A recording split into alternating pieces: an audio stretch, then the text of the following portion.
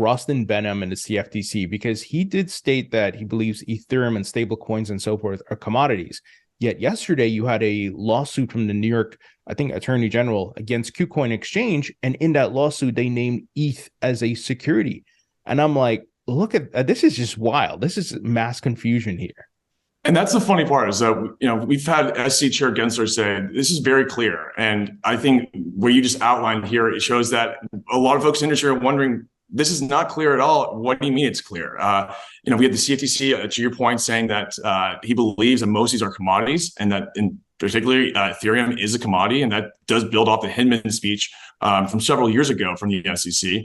But then at the same time, we are seeing these enforcement actions, which do have very heavy implications. But they also say that various tokens are securities. We've seen this before. Take the Coinbase insider trading case, where we had, I believe it was 9 tokens deemed securities. And again, this wasn't the meat of the actual enforcement action or lawsuit in this case, at least for the Coinbase one a couple months ago.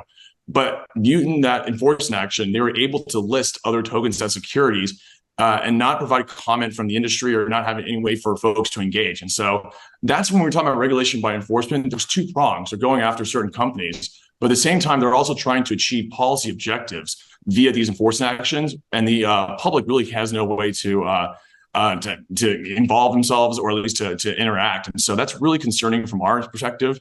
And it is not clear for a lot of folks saying it is, at least at the SEC and other regulators. It's very, very apparent that folks in the industry just do not know where the regulators are. And again, they don't themselves, candidly too, I'm not sure they understand exactly where they all are either. So whether it be stable coins, Ethereum, there's a lot of mixed signals we're getting as an industry.